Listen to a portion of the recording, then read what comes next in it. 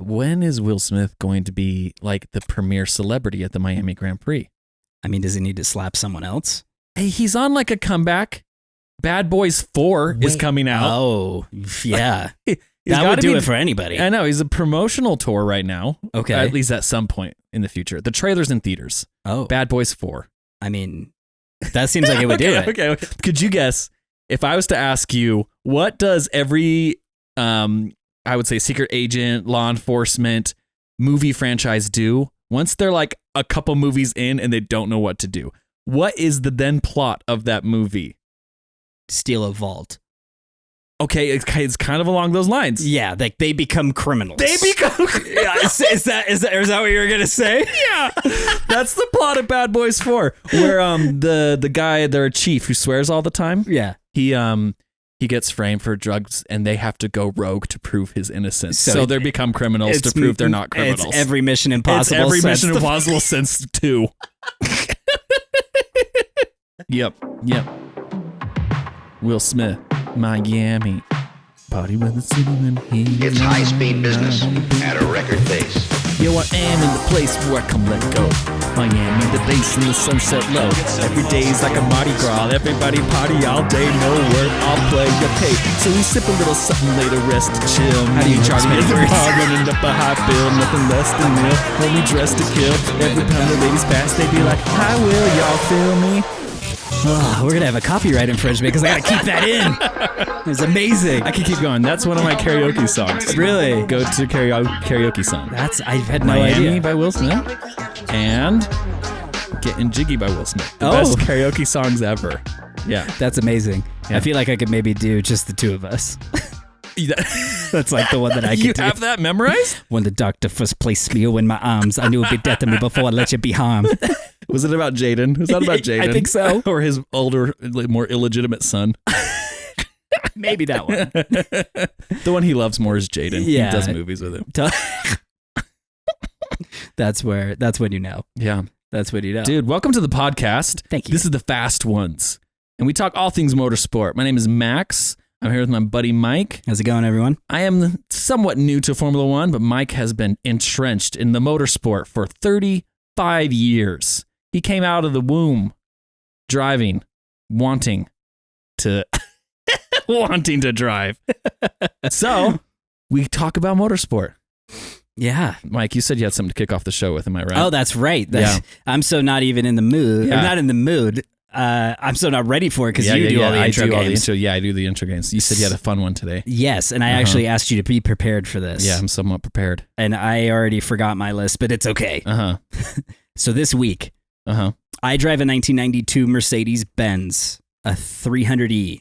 Oh, yeah, it is gorgeous. It's maroon It's and it actually has really great. 70,000 original miles. It is a very clean piece of history. Nice tan leather interior. It smells like it came off the factory line. It's does. incredible. It really does. It's a little still time smell so capsule. good. It is. And it's a lot of fun for me.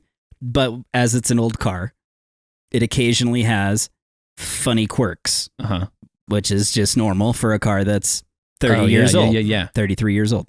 So this last week, the radio on it, because it has a head unit, is what I use to connect my phone to Bluetooth.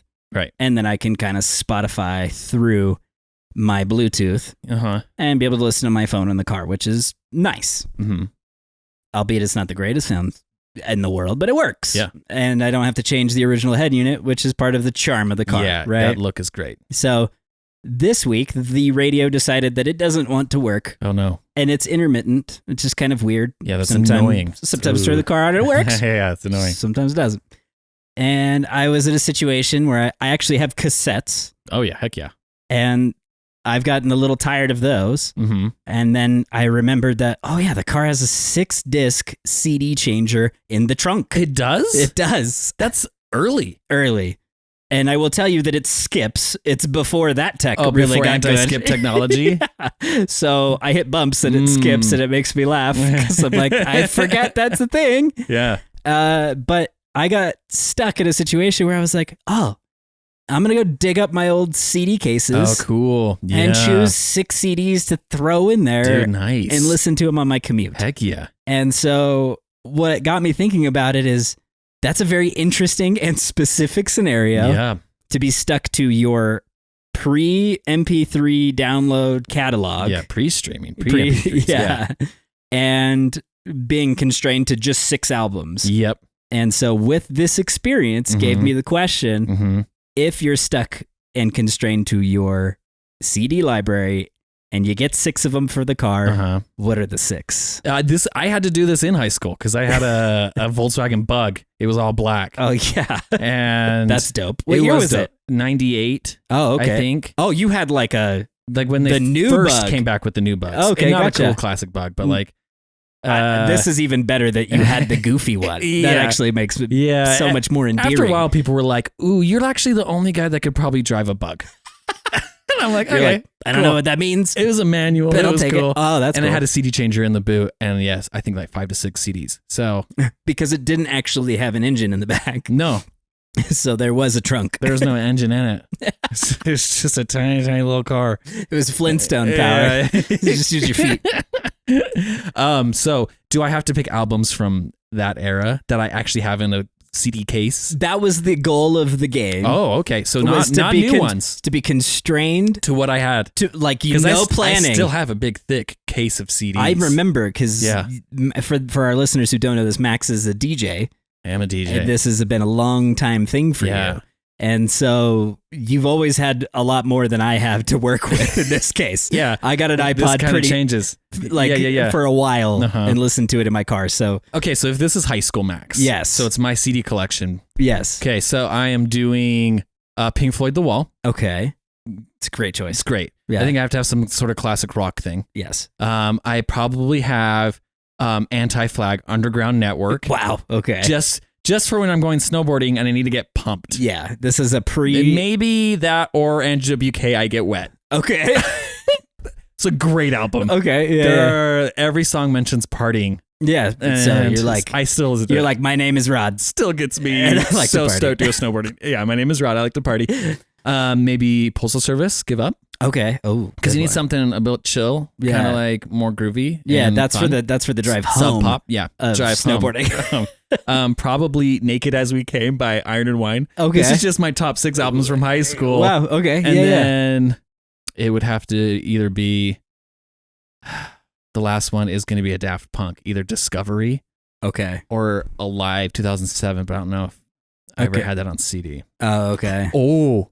No, one I did have was Tribe Called Quest. Oh. Like their anthology. Yeah. That's all the stuff. Oh, okay. That's a great pick. Yeah. That's a solid one. That's a great list. That's a great, thank you. Yeah. That was right off the top. I was thinking, you gave me that assignment earlier and I was just thinking, what would I pick now? Right. Which is a bit different, but I like that better. But my high school Max. For me, this is so hard. Yeah, why? Because what do you got?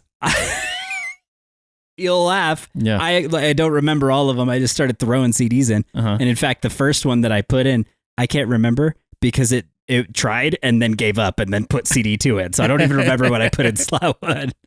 But I got an iPod. I had an MP3 player when I was 15 that wasn't an iPod, but it could hold like 15 songs. But what it became was like a game of like switching them out. Yeah. I had a little tiny MP3 player and you had to switch them out. Yeah. And so I kind of got into a rhythm of like doing that instead of buying CDs. And then I got an iPod. And then I remember getting like the 64 gig, which could hold so much. Yeah. And I remember I would connect it to people's computers and steal so much music. Yeah. And I had like... And then you had tons of songs that were labeled incorrectly. Yeah, and you were like... Weird URLs in the song title. How did Michael Bublé end up on here? I definitely didn't choose that, but it was on there. And so with that said, the CDs that are in my case are pre-high school. Oh, yeah. And so they are funny CDs. Is this from Chicago? No. Okay, let's go. There's no Chicago. So from what I can remember and what I've played through, I had Under the Influence of Giants, which was AWOL Nation prior to being AWOL Nation. Cool. Avril Lavigne's Let Go, which hardcore. Crushed. It's so good. I played does it. That have Skater Boy. I'm With You? Yes, which is honestly, it's still an amazing song. Still one of the best songs. It's hits. It's so good. Yeah. So Avril Lavigne, Let Go. Just for I'm With You, pretty much. Queens of the Stone Age, Songs of the Deaf. Okay. Is that why you sent that song to us? I did, yeah. Yeah, okay. Go With the Flow is on that album. Okay. No One Knows is on that album. There's some really good songs. And if you guys haven't listened to Queens of the Stone Age, and if you have, go back and just give it a listen. This album kind of surprised me at how much I was like, oh, wow, this was really good. I listened to it for the first time. What did you think of it? It was cool. I didn't know. Yeah. I had no idea. It's just cool. It's got Rock, a good mix metal. of rock and it's heavy. Fun, yeah. But it also is kind of bluesy. So it's just a cool vibe. Jimmy Eat World Futures. Okay, yeah. Which is a great album.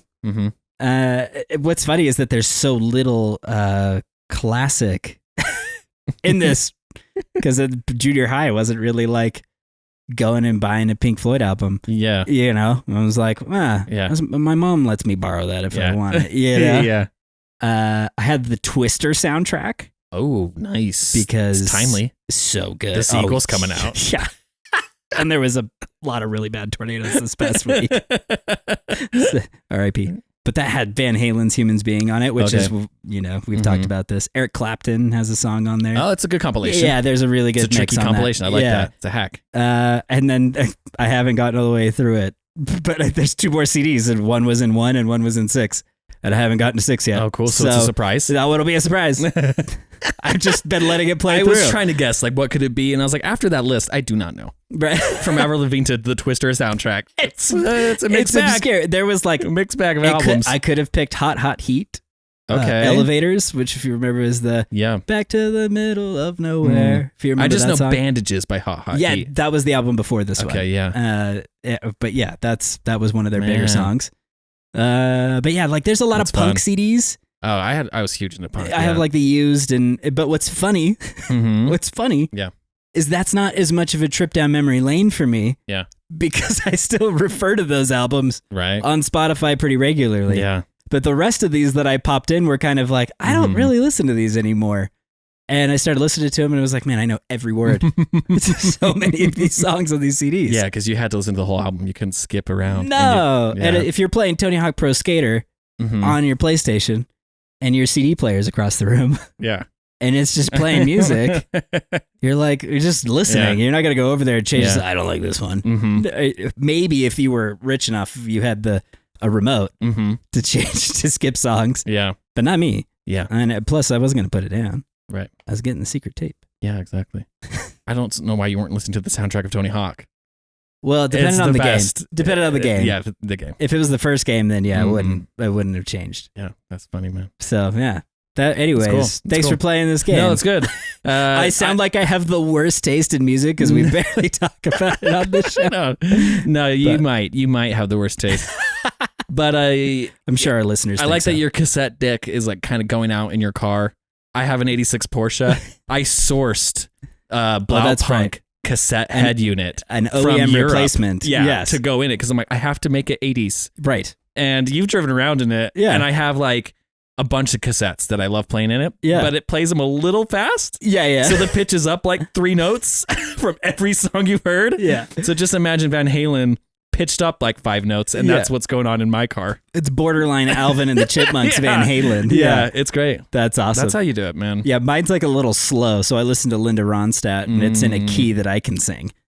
Oh. You know what I mean? Jeez. And the Beach Boys, but it's like, wish they all could eat all the rain, girls. I'm like, what's wrong with this tape? Mike, that was a fun game. Yeah, well, thank you. Okay, let's get into Thanks the for playing show. along. Now that I've embarrassed myself. No, that's great. Avril Lavigne. Send in your songs. Yeah. Send in your albums. Send it. Let us know what your 6 are. Just go to your CD case, dig out the top 6 CDs, and that's what you would have to listen to. That's the game. Yeah, it's very fun. And do that for a week. Yeah. And see if you can do that without skipping songs. Yeah, and tell us what your experience is like, because I've been enjoying it. It's been fun.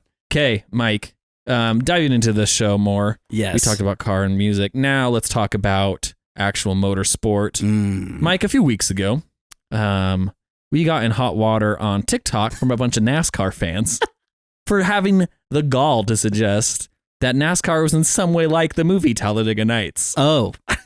So tell me it's not. To defend you and me, right. I have gone through and I have found evidence That suggests that Talladega Nights is in fact exactly like NASCAR. NASCAR is in fact Talladega Nights. Yes, yeah. right. Okay, so we're going to start off with just fun things that I've learned about NASCAR doing this research. Okay. And you can back me up? Yes. I would love to hear your fact check. Ding. Your embellishments on all these things. Right. Okay. In Talladega Nights, Ricky Bobby, they crash at the end and then they have a foot race to the finish line. Right. Yeah. 2009 at Talladega, Carl Edwards crashed. He almost flipped upside down. It's a gnarly crash. He pulls himself out of like a burning car and then he runs by foot across the finish line. And the announcers are like, "It's Talladega Nights, Ricky Bobby." Like standing ovation. He got a standing ovation. People loved it. Okay.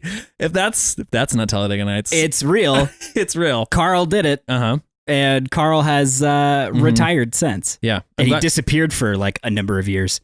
Like no one saw him at all. Oh. Won a couple championships, announced he was retiring, disappeared. Weird. And then I think last season was the first time he came back to announce a race. Uh-huh. And one of the best things ever is Kyle Busch for a long time was known as a villain. Okay. In the sport. Mm-hmm. But he recently changed teams. He's now racing for Richard Childress, which was the team that Dale Sr. used to race for. Gotcha. And they introduced him at the beginning of the race. They're like, "And Kyle Busch," and the crowd went, "Ah," and cheered. And Carl Edwards' mouth just dropped. And like, he's just in complete shock. Uh-huh. And Kyle Busch apparently turned to him and looked at it, winked, and he said, "Yeah, some things have changed." He went out on stage and Carl was like, "What has happened?" He was stunned. He had no idea. That's amazing. And he's like, hasn't even watched the sport. The guy, I have no idea. He just went full like Bo Jackson. Yeah. Bo Jackson just left and is just like archery. Right. In like the backwoods of like the South. That's pretty much what Carl did. That's crazy. So crazy. Interesting. Anyway, Mike, you are a NASCAR genius too. In case people are wondering, you've met NASCAR legends. You've been to NASCAR races. You've watched it your whole life. Right. So you are a little encyclopedia. Stuart Haas ran the Old Spice and Wonder Bread livery at Talladega. Last year. Yeah. Last season. So if the sport is leaning into the movie, it seems like they are. It's probably evidence that the sport is like the movie. Yes. Okay. Next one, Kurt Busch. Yes. Sported the Ricky Bobby Cougar livery at Talladega in 2012. I forgot about that. And they referred to him as Ricky Bobby during the race. Yeah, exactly. But exactly. It's evidence that they're leaning into it. Yeah, the Cougar Me car.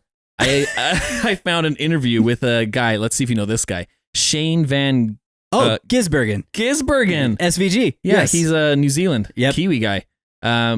Supercar V8 racer. Yes. Turned NASCAR. 3-time champion of supercars. Oh, cool. Yep. And then he came and did NASCAR bit, I guess. Still doing it. Okay, still doing it. Yep. He was on a podcast and he says when he came over and started doing NASCAR, what he learned is that Talladega Nights is less of a comedy and it is more of a documentary. It is a historical, like, that is with embellishment. Uh-huh. NASCAR. Little flourishes. Yeah. But you have a guy giving his witness. Right. That this is a documentary. This is very accurate to NASCAR culture. They talk about the culture of like just the houses, the cars, the people. Yep. And he's just like, yeah, it's a documentary. It's not a comedy. I love that this is a foreigner who's coming into it and being like, this is weird. SVG is the first NASCAR driver ever in history to win on debut.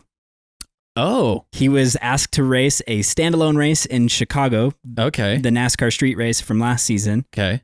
First race, shows up, kicked everyone's butt, won the race. Holy cow. That's cool. And then teams were like, well, you got to come drive for us full time. Mm-hmm. And so what they did is now he's racing in the Xfinity Series, the one just under the Cup Series. Okay. Full time this season with a few periodic races in the Cup Series to get acclimated. And then next year he'll be a Cup Series driver. So he's, cool. So he's slowly becoming Seems like a Cup guy Series I'd want to driver. root for, honestly. He's rad. He's the coolest. I like that. Yeah. Okay, here's the last thing that I have found. And he's a Red Bull driver, which is kind of cool. That is cool.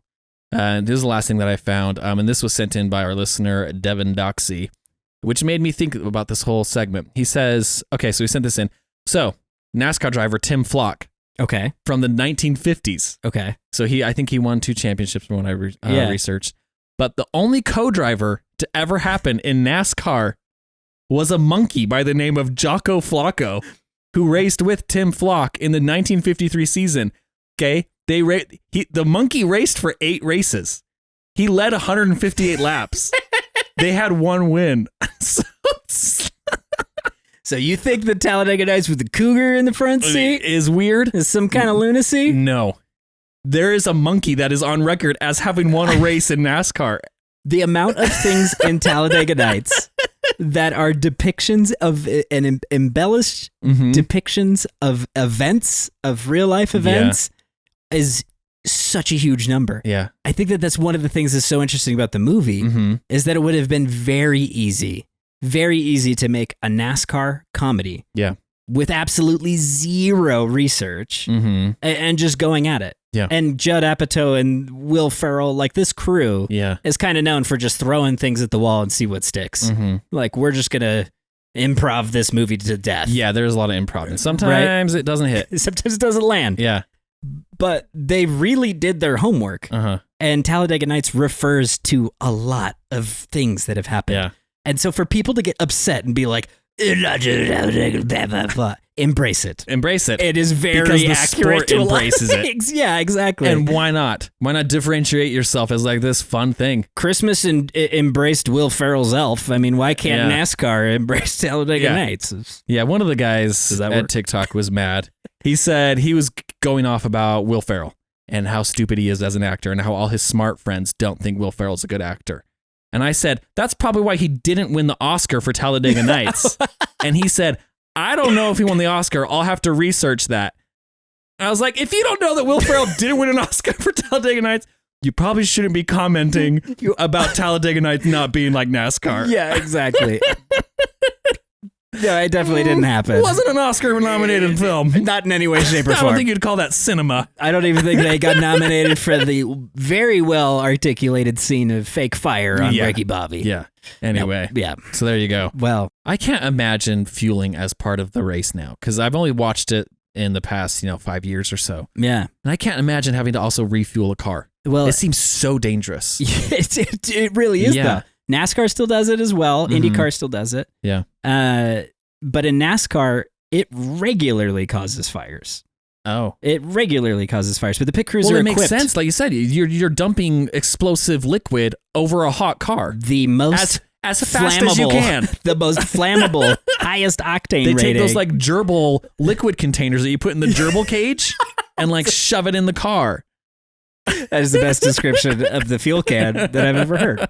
Yeah. But yeah, in NASCAR, they'll do the refuel, and the guy's he's usually a linebacker. So a lot of NASCAR pit crew members are former college athletes. Are you serious? Yeah. Okay. That are, didn't make their sport or retired from pro athletics and now are doing this. They need a fast guy who's big and can lift. And strong, right? Yeah, to lift tires and to do the gun and all that stuff. So none of the guys on pit road are mechanics. They are strictly for operating a gun, removing a tire, and refueling. Are you serious? Yeah, they do not work in the car in the garage. That's a different team. Interesting. So they literally just train them to do one thing. These guys are just to process and get in and get out. Yep. Oh, crazy. And they're trained athletes for the fastest pit stops. We're gonna get nuts. This is amazing. Keep going. So, but the refueling can usually is a linebacker guy because it's heavy. Really heavy. It's full of fuel. Right. Yeah. And then, yes, when you're done, it usually takes 2 cans to refuel a NASCAR. So when you finish one, you take the can and throw it, and they hand you another one, and you jam it into the back of the car. So on a full 4-tire pit stop, they will go through 2 cans of gas, but the second can won't go completely empty. Yeah. So that means when the car is leaving, it spills. Of course. So always. If you imagine taking your nozzle out of your and driving away, the gun is still activated, right? It'll spill gas everywhere. So when you pull the thing out, gas falls right onto the ground right there. But sometimes what'll happen is it'll tweak the can and it'll go onto the tire as they're burning out. And ignite a huge and do fire. Back to the Future effect. Yeah, it does. It'll give 11s in fire. Oh, crazy! With the stripes, the burnout run. Yeah, stripes. It looks like a number 11. Yeah, exactly. It's the 11sies, as they said in Top Gear. But if you, but anyways, it'll burn the ground and have a full pit road fire that they. By the time they're up to speed, they're fine. Oh, the cars are gone and there's no fires. Which anymore. Is not what happened when we went to Daytona. Oh yeah, and there was a car in the pits near the end of the race. Yeah, it was a Lexus. We were right at the corner of the end of the pit, and we watched You're like, oh, the brakes are on fire. They're going to try and get up to speed, and they have to go through a long race that entry. Pit exit is so rough, and they just like slow around the corner. And by the time you got around, onto the racetrack, car was in flames. They just exploded. Like, that didn't quite work. Didn't work. Not at Daytona. So Crazy. good. How quickly does it take a fuel tank to like empty out completely into the car? One tank, if they're refueling. I think the current NASCAR pit stops can be sub 9-10 seconds with the single lug. Okay. And then how many gallons are in that tank? That's a good question. I'm putting you on the spot here. I don't know These the are very answer to that specific one. things, but I'm just picturing like trying to like dump out 1 gallon of milk. Usually takes like 10 seconds. So, but that's engineered. Or more. It's engineered to be for a glass, right? Yeah. But this is different. And I'm just so thinking of the engineering that's gone into design that. Right. What has made it just empty quickly. Right. It's got to be impressive. Yeah, totally. And it's using, and interestingly enough, there is a backflow system to try to alleviate the amount of gas they spill if it's over full. So it doesn't just start spilling fuel down the side of the car. It goes back into the can. Crazy. Which is nuts. It's like a crazy siphon system. But anyways, with that said, usually if you can get 1.5 cans into the tank in 9 seconds, it'll drop an entire can into the car. That's amazing. In like 5 seconds. That's amazing. Which is amazing. It is really impressive. What do you think that? I've never actually thought about that. That's pretty nuts. Oh, there you go. You're welcome. Yeah, totally. And then IndyCar uses a system where it's just a hose that attaches to the side. It's not a can. But they always, there's a guy with a little hose. So once they're done refueling, he's like, and he sprays the side of the car to make sure that it doesn't catch on fire. Oh. And to put out any flames that might have happened while they detach the hose. But it always makes me laugh. I'm like, if it's a hot day, I'd be like, hit me. Yeah. If I'm the driver. Shoot me. Yeah. But anyways, it's a very funny little extra there. So. Okay, well, there's our NASCAR news. That's NASCAR news. Do you want to shift to like actual nerd news? Yeah, let's You're talk aching about to tell us some nerd news. Let's talk about some news. Yeah, we haven't had a nerd news segment in a while. Well, in this one, nerd news. That's it. Oh, okay. I was ready to groove. I already gave you a song of the intro of this episode. Totally. You don't get many songs from me. I don't need it anymore. So here's the news. Yep. The first one that I feel like I haven't even talked to you about at all. Yeah, we didn't do last week. Which is big news. Yeah. We're losing Hulkenberg. Oh, that's right. Yeah. So oh my gosh. I'm just curious, what do you feel about it? I'm happy for Hulkenberg, but I'm going to miss him on Haas. Yeah. He's doing good at Haas, obviously, and that's why Steak Sauber wants him. Right. Because he's getting a lot out of that Haas car, which is really cool. Consistent points so far this year. Really doing tremendous. Yeah. I mean, as funny of a word as it is, he really is having a good year. Yeah, and I've always liked Hulkenberg as a driver. I think you've kind of talked about it in the past on the podcast. It's just like Hulkenberg has been massively unlucky. Right. And he is an amazing driver. And so I like this kind of like renaissance of his career where he was out for a while. Right. And someone who is that old who had never won a race or never got on a podium, slim chances you're coming back into the sport. Right. But I like that he came to Haas. He's done really great work for the team and that he's cool enough that like Steak wants him. I'm like, yeah, cool. I'm happy for you, Hulk. Yeah. Hopefully that car is fast and you get a chance to get on a podium. Right. But I missed that. And now I'm curious who's going to come on to Haas. What does that mean for the rest of the grid? Yeah. I mean, I think that Hulk's, to touch on that before I answer your question. Yeah, keep going. Whatever you want. But I think that Hulk, first of all, I think Hulk has Haas to thank for bringing him out of 3 years. I think wasn't it 3 years that he was gone? Of course he has Haas to thank. Right. No other team did it. Right. But he has Haas to thank for the opportunity to prove himself. Yep. To get to where he is. Obviously, Haas has Hulk to thank for points this year. Yeah. And to help develop and to do a lot of things that he's done for the team. Yeah. So I think that it's been a great partnership between the team and Hulk up to this stage. And again, to your point, I think that that's just, this is a cool opportunity. Audi's coming into the sport. Yeah. We all know that they want at least one German driver. So they can talk to the driver. Right. And then that driver can talk to the other driver. Yeah, exactly. Yeah. But even at Mercedes, when Mercedes launched their brand new team under, taking over Braun, and they signed a brand new driver to the team, Michael Schumacher came out of retirement. and race alongside Nico Rosberg. Is Nico Rosberg German? They're both German. So they had 2 Germans on the German team. Yes. Coming out strong. Yeah, so they were really hitting the point home that they were, a German team. But then Lewis came on to replace Michael, and that's kind of where the shift happened there. But the point is to being like, at least on debut, we want to make our presence known. We're the German team. And that was kind of a part of it. Yeah. Now with Nico Hulkenburg and Audi, I think that there's a part of that, of being like, we want one of the German drivers to race. You think they'll try and get another German driver? I don't think that they're as keen on it for driver number 2. Okay. But I do think that Hulkenberg has a great track record and is German, and I think it's going to help with the launch of the Audi team. Cool. I think that it checks a lot of boxes for them. So I think that that's cool.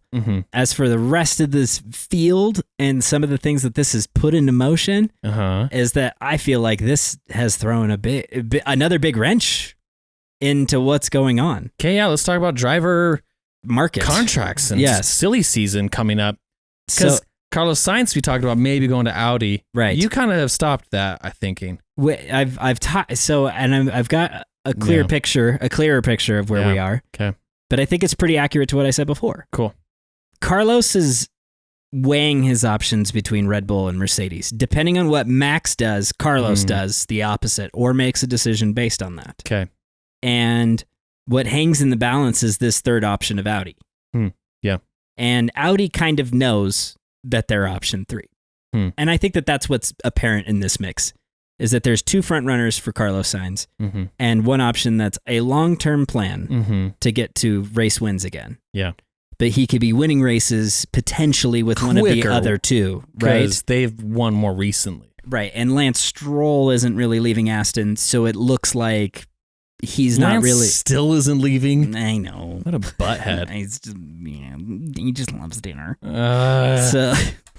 So what that means, though, is that there's really only 2 teams, because McLaren has pretty much locked down Piastri and Lando. It's really Mercedes or Red Bull or Audi.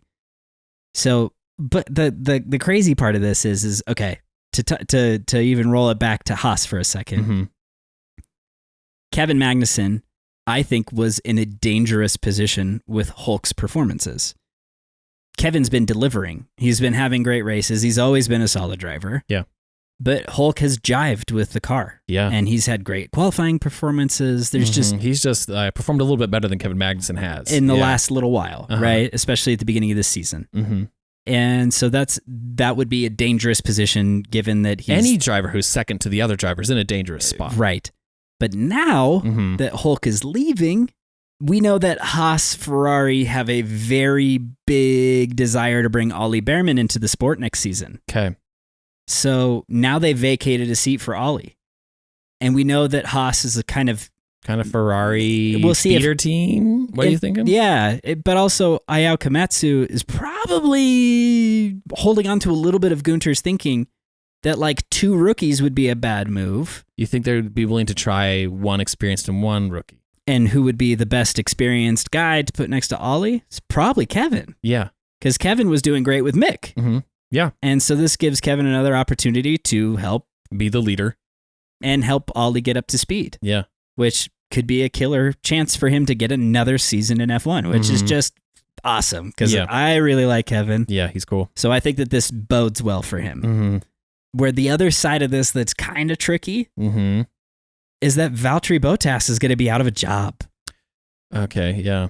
If Carlos Sainz goes to Audi, well, where does Valtteri go? Zhou Guanyu. These 2 drivers are not bad drivers. No. Yeah. And when you've got Kevin Magnussen, who had a podium in his debut in Australia with McLaren way back when, but has, mixed results since, or you have the option for Valtteri Bottas, who's raced for a team that has a Ferrari power unit for the last few years after Mercedes. Yeah. Is a multiple race winner. Yeah. And has a really strong track record in that way. Ooh, things start to get a little bit interesting. You think Bottas could look appealing to Haas? Very much so. And so once again, getting the experienced guy next to the young guy, Bottas has proven helpful to Zhou Guanyu, could also be a good option. Bottas also has a lot of fans. He does. Yeah, he could bring in a lot of fans, which would help the team a lot, immensely. Right. And I'm sure that there's probably endorsements and some other things that follow with that. Mm-hmm. So interesting. Haas is in an interesting spot because they have more options than I feel like they've ever had. And they are looking desirable right now compared to Williams. Right. Yeah. Or Alpine. Right. And you've got a Pierre Gasly and an Ocon who are probably out of jobs, but I don't know. It's up to them at this stage. Mm-hmm. I think it's more in their court than Alpine's, unfortunately. Yeah. So that's all. It's interesting. What? And this is kind of not in the anyway. Yeah. What is the story with Mick Schumacher? Does he have anything to play? So Mick is a potential option for Alpine because he's Alpine. Because he's Mercedes reserve driver. He's Mercedes reserve, but right now he's racing. He's racing endurance with Alpine. Oh, I didn't know that. Yeah, so he's competing in the WEC championship. Okay. With the Alpine cars, and so it's like in the interim, he's getting familiarized with the whole organization. Yeah. And so, if Pierre or Ocon, depending on who the team likes more in that situation, there might be another driver in that equation. Mick did have a few crashes in his stint in F1. Yeah. He also did have some point finishes in the Haas. Right. So it's like, not bad, not good. Right. Like he's pretty, I would say he could perform well if given a decent shot. Well, and Toto was trying to get him a job at Williams last year, showing that his simulator data was really on point for the Mercedes team. Right. Trying to convince James Vowles to give him the seat, but James stuck with Logan. But do you think Logan has a big threat of being cut loose soon? Right. Do you think Mick Schumacher would replace that seat? That's an interesting thought. So we know Logan Sargent hasn't been performing. Right. One, because Alex has been driving his car. Exactly. It's hard. It's hard to score points when the other driver stole your car. Hard to deliver in a race you didn't start. But who would that driver replacement be for Williams? Kimi Antonelli, which I think would be the other F2 kid prodigy. Yep. You have Kimi Antonelli and Ollie Behrman as these two F1 dudes. They're F1 prospects. Yeah. And they're super desirable to all the teams, so they want to lock them down. Okay. Because every one of these teams has now seen what's possible with Zach Brown taking Oscar Piastri from Alpine. And what do you mean, like bringing up a young guy? Oscar was an Alpine Junior Academy racer and didn't get a seat. He had 1 year off in F2. Okay, yeah. Still a contract with Alpine, but then McLaren came in and swooped him. It's the story of like, you have a guy that you're just kind of keeping on reserve.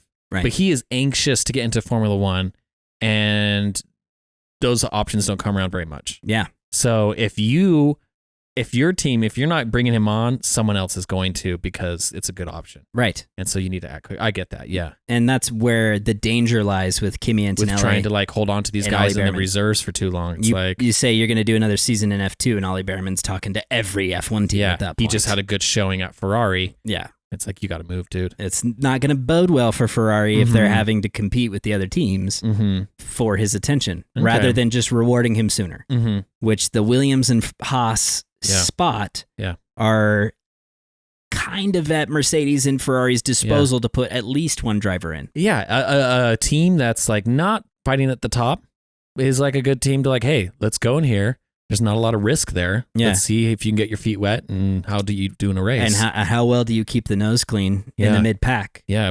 it's just a tricky thing to do. Yeah, so, I mean, Lewis can't do it.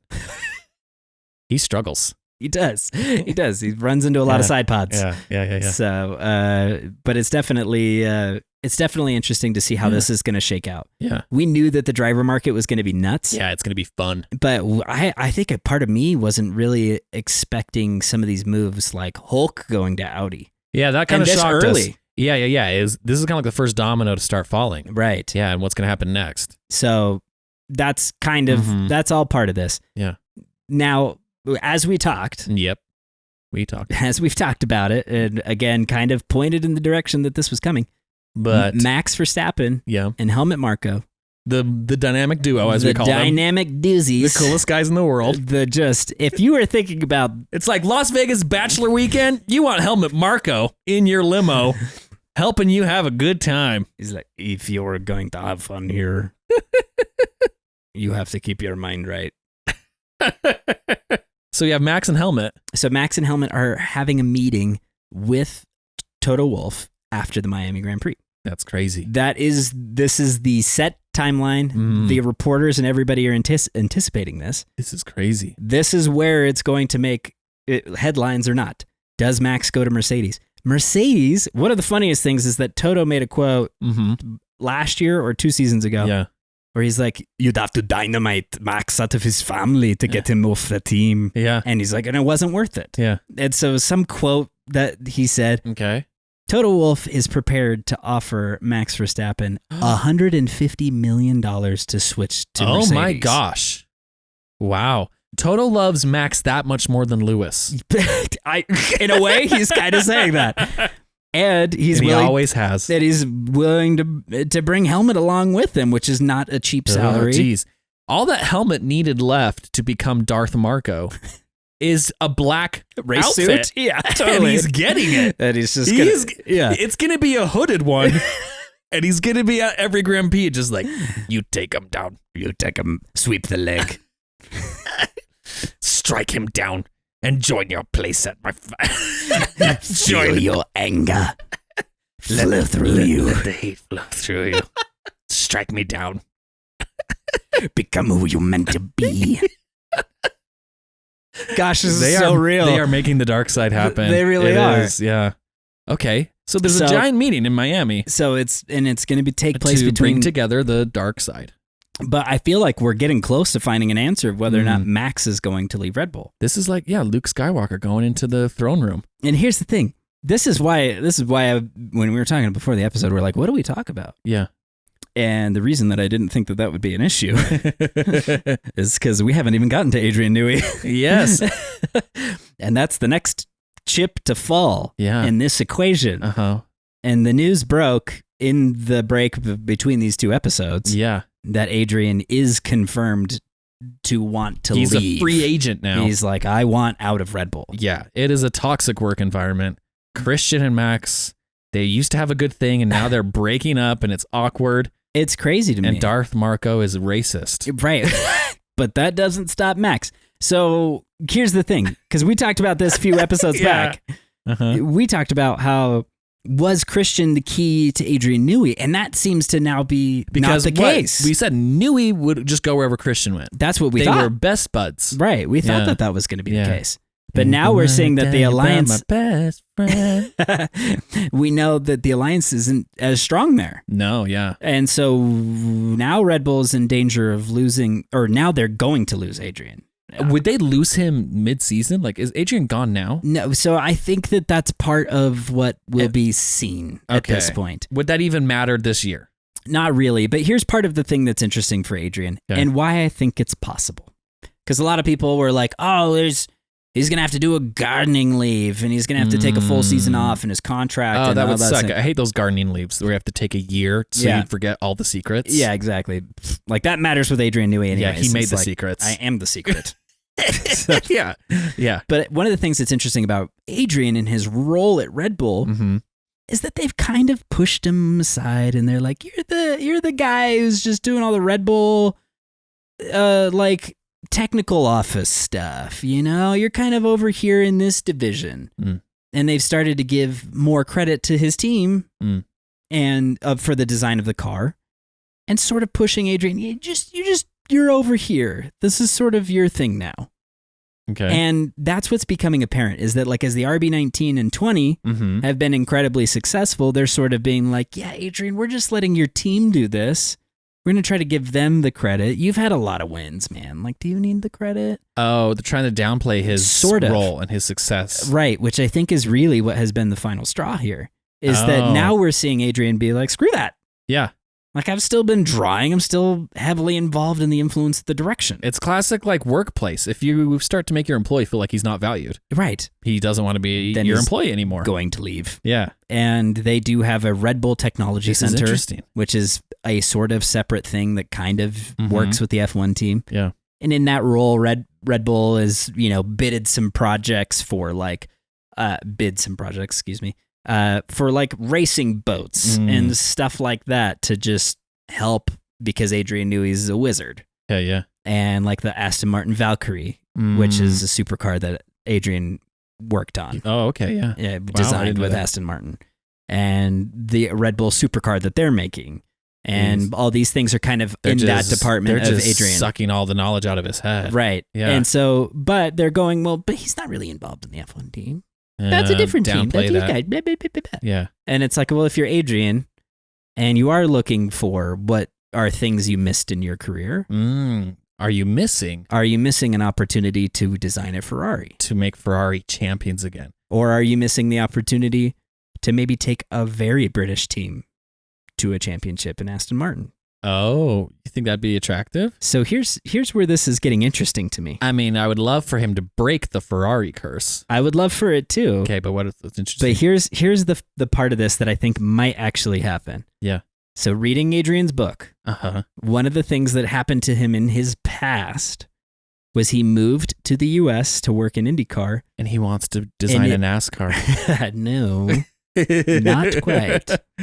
But he said that was the demise of his first marriage because his wife was from the UK. So he wants to find his first wife and reconnect. Yeah. And she's still over there somewhere. The last part of his life is just going to be a rom-com. Yeah, exactly. It's just Jack Black, Cameron Diaz, and Adrian Newey in this summer's hit drama. Race to the Heart. Marinello or nothing. I'll meet you at Marinello. Wow, that is a movie trailer waiting to happen. So because of that, he knows that like taking his family or loved ones and taking them out of their comfort zone, like the UK, is something that is so life-altering that not everybody's cool with it. Oh, so he doesn't want to go to Maranello. So there's a part of me that feels like the Maranello bid is futile because if Aston Martin is willing to give him the Fernando Alonso opportunity, which is the other driver he mentioned as the one he missed an opportunity to work with. Oh, to be best friends with. Yes. That one might have all the appeal. Dude, you've been doing some research here. It's just thinking about it. You've been diving deep and looking at clues. You're like a Swiftie. Looking at all the conspiracy theories and the numbers and hand signs. Oh. And now, Newey. That's crazy. Seems to have the appeal. Okay, yeah. So they might have the leg up on Ferrari in this. That's crazy. But I do think that out of all the teams, which are all trying to be like... They're trying to put their bids out to like everything. Get Newey, yeah. Throwing out the red carpet, yeah. I'm sure that like Haas is like, we'll give you the team. We give you the team. You can just have it. You can have all of Haas Manufacturing. You can have the parent company. Okay, we just want Haas on the side still. Is that okay? Please. But like we'll throw the kitchen sink at him. That's literally everybody in F1 right now. But the two that really have the most appeal would be Lewis and Ferrari and Fernando and Aston Martin. But the reason that those two companies matter to me is because I know that Adrian likes the idea of designing road cars. And this would give him an opportunity at both of those companies to design road cars. Okay. But none of the other teams really have that. So you've whittled it down to Aston Martin and Ferrari. Yeah. I don't think that Mercedes are in the running. I don't think that Audi are in the running. There's too much red tape in these massive companies for him to get a road car. Oh, that's a good point too. Aston Martin is a very small company. Ferrari is a very small company compared to Mercedes. Right. So you could easily design supercars. They don't make either one. And they don't make a lot of them. And we know that Aston Martin's like cars you can purchase for yourself, citizen owner cars, pretty crap. They could use some upgrades. Yeah, we've heard from some listeners about the build quality on some of those cars. About push to start disappearing. Yeah. Yeah, they could use some help. Yeah, for interesting. Sure. Okay. So the Adrian Newey thing is now a part. This is another piece of the equation of all of the driver moves. Yeah. But the other thing about it is, was Fernando Alonso signing a contract and an extension with Aston Martin a sign of something that he knew that no one else does? Ooh. And I feel like Fernando loves that game. He does. He loves being like, here's the picture of him as like, I'm staying, or whatever that like, that pose. Yeah. And it's like, all I see in that face is, Adrian's coming to work with me. Oh, man, that'd be Do you know what I mean? Yeah. You know Fernando. He loves a little mind game. Yeah. So what would stop Ferrari and Lewis Hamilton from winning a championship together? Fernando and Adrian. How wild that would be. Oh, man. Anything to get some competition. And if the competition is Alonso, like kind of getting revenge to Lewis would be like just energizing. But electric. But this season sounds incredible. We know that the Fernando and Lewis rivalry is nuts. Red Bull is going to fall. They are collapsing and before our eyes. Yeah, it's the tower at the end of Lord of the Rings. It is collapsing. And Christian Horner is looking. He's the eye. He's the eye. And now there is a new empire forming. Yeah. Christian Horner is just Pee Wee Herman. I want my bike. Oh, man. It's incredible to watch, but it's like, the demise of Red Bull is happening before our eyes. Max might be winning the Chinese race by lapping a second and a half faster than anybody else, but it doesn't matter because we all see that this is finished. Yeah. It's not going to keep going. There's an end in sight. Yeah, there is light at the end of the tunnel. We didn't have with Mercedes. No, we never thought it would end. No. The fact that it has been puzzling. But, But this is kind of great. Because I really do think that what this is building is two potential empires that will really fight for wins. Yeah. Aston and Lawrence Ferrari Stroll will awesome. do anything. He will do anything to make sure his kid finishes fourth in the championship. Yeah. Holy cow. We're going to see Lance on a podium. I hope I never get a job at Aston Martin or I'm going to pay for that one. Dang, that is crazy. Yeah. Okay, well, something to kind of speculate and look forward to. There's a lot in that. Jeez, okay. Lots of moves. It's interesting to me because the UK is not that far from Italy. No. It is like the difference between like, I don't know, Portland and LA. Yeah, I was going to say. Like you can't move your family that. Yeah, totally. But in Europe, it feels so far. I mean, they're culturally very different. Very different. You'd have to live the cigarettes smell different. You'd have to live in Italy, like awful, cloudy, gross food Italy, where you could have stayed. He's going to stay in England, right? Sunny, right? Beautiful, super amazing food, England. Yeah, exactly. Culture, art, so many things. Just beautiful people and fashion. It's really funny. England. There was a reporter who was talking about this on the F1 Nation podcast, and he was like, I would choose Maranello over Milton Keynes any day. Any day. Yeah. Yeah. That reminds me, there's that classic clip of Jeremy Clarkson at a F1 race. Oh, yeah. And they're asking him, they're like, who do you got, Red Bull or Mercedes? And he's like, Adrian Newey.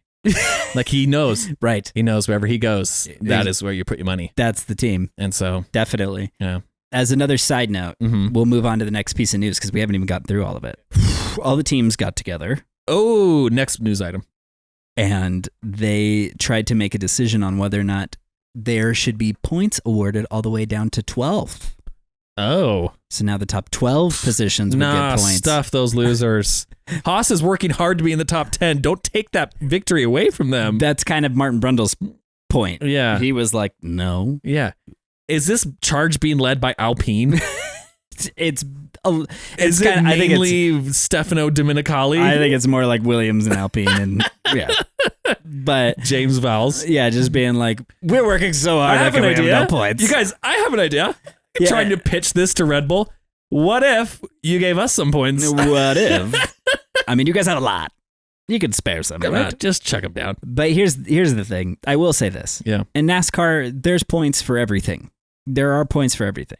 Best dressed, most likely to be a rock star when they grow up. Yeah, it's all superlatives. Superlative points. Yeah. But no, like the number of laps you run, leading a lap is worth bonus points. There are things that NASCAR does in their scoring system. Okay, that's interesting. That have made it so that sport is like, they're also enticing people to finish races. Yeah. So like when Sergio Perez crashed in Suzuka. Enticing people to finish races? Yeah. Are some NASCAR drivers just like, that's enough for me, and then just like pulling off? But that's kind of the issue that you have with like Sergio Perez, where his car was fine, but they were like, retire the car. Okay, that happens. So yeah, I guess that happens. In that case, it's like, well, you get points for finishing the race, because then you're incentivized to have as many cars on the track as you can. Okay, which makes the race more dynamic. Nice, I see the argument. Right. Okay. So there's some things about that I think could be encouraged in F1. Where it does seem like, okay, if a team finishes 13th and one team finishes 18th, how is it fair that they get nothing? That's 5 places ahead and potentially minutes ahead of that other car. And you get nothing to show for it. Sorry. Go suck eggs. Right. But I do think that there's something to be said about the way that it's scored at the moment. Yeah. And how to potentially reward a team. Because when you think about 5 places, when you're 8th to 3rd, one's on the podium and one's still getting points. Yeah. But 18th to 13th, it doesn't merit anything. Maybe like 11th through 13th position gets to like meet Lewis after the race. Get a picture, photo op. They get a pick up with Max Verstappen. They'll have a cute Westphalia Volkswagen that's been refurbished for photo shoots. Exactly. They just have a quick 30 They get an session. autographed helmet from Max Verstappen. All right, so that's the end of that news. They have postponed that meeting on a decision. How long has the point system been the point system they have? Forever? That's a great question. It used to be down to 8th, and then it was extended to 10th. Oh, so this has happened before. Yes. Interesting. And so the point system has been evolving. What an interesting. Okay, next item. Okay, next item. This is the last piece of news, and I think it's going to make you laugh. It's pretty amazing. Okay. Circuit of the Americas. Okay. Texas did a pre-sale early bird tickets. I saw those come through, those advertisements. For the race this year. I'm very tempted to get them. They have now made a post on their Instagram, an official COTA post that says, "We have a groundbreaking deal for fans who secured their tickets early. Okay. From now until May 6th, 1 week after the highly anticipated music lineup reveal on April 29th, COTA will repurchase any general admission 3-day weekend grounds pass for a remarkable $350. They accidentally sold too many. It's an opportunity for fans to turn their early bird passes into a financial win. Wow. Whether you choose to keep your tickets and enjoy the shows or decide to take a profit, you're a winner." Whoa. Genuine, word for word. That's hilarious. That's the post. That's crazy. So they've oversold the ground too many. Way too many. And they're like, oh, shoot. They're like, we're in big trouble. Yeah. We don't have enough grass space for all these people. The fire department has told us we could not have that many people here. It is. And I've been to that track. It's like one road in, one road out. It is. And they sold 2 million tickets. Yeah, totally. Some tech guy at the back end didn't click a limit. Yeah. With the just general admission sold. And there's just all the freaking scalpers that are on there just buying up 2 million tickets. They're like, oh shit. No. Oh, shoot. People are going to be mad.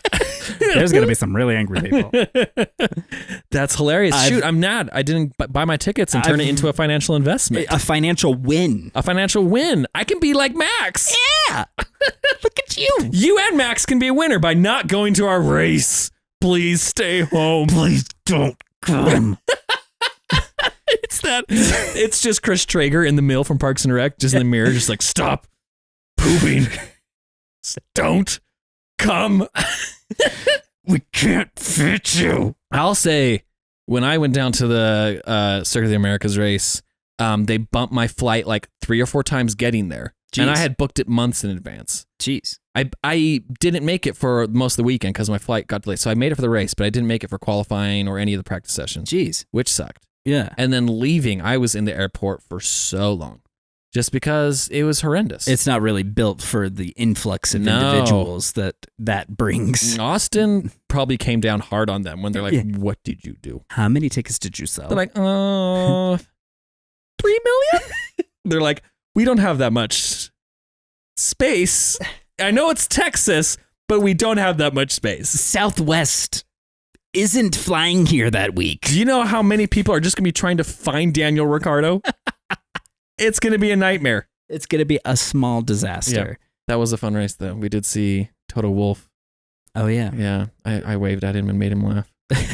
That's in your nature. Which is a win. And if you're not going to the Grand Prix, you can be a winner, too. You can be a winner.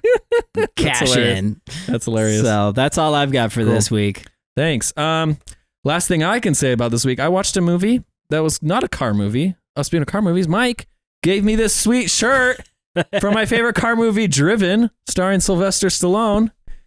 In case you haven't seen it or heard our review on it, you want to watch a 2-hour-long movie where you don't know what's going on and can't hear what Sylvester Stallone's saying, but want to watch some IndyCar? Get in the car and drive. My Sylvester Stallone accent has It's gotten better. It's gotten worse. It's becoming very drunk Southern. But no, I watched a movie called Roxanne starring Steve Martin. Oh, okay, yes. Not a car movie. No, but it's an 80s It's Steve an 80s Martin rom-com. It's based off of Sergio Bergerac, the guy with the long nose who can speak eloquently. Oh, that's right. But the city that they stage it in, and they staged the whole town, whoever was in charge of the cars was a car nerd, because there are air-cooled 911s, Alfa Romeos. Oh. There are like old Ferraris just in this town. And then there's like old classic Range Rovers, like Defenders and stuff. I was like, this is a good looking movie. Like, something in this Who movie did the cars here? Yeah, I loved it. So. It's either that, like someone who is I was like, really this is art Mike directing Amesco's kind of car movie. Totally. Not really a car movie, just had a car in it. But just the decor. You saw one car movie. The funny part of that is that I feel like it's either a car movie and someone was very strategic, or they filmed it in Europe.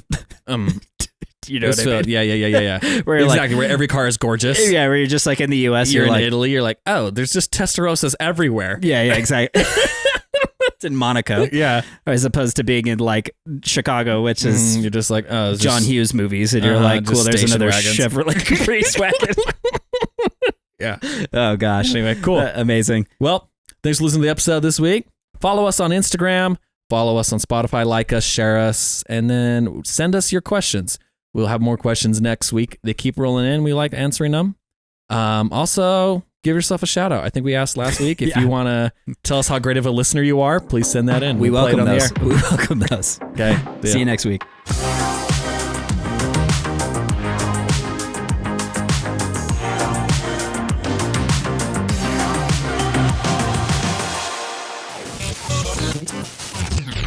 Jack Black, Cameron Diaz, and Adrian Newey in this summer's hit drama, Race to the Heart.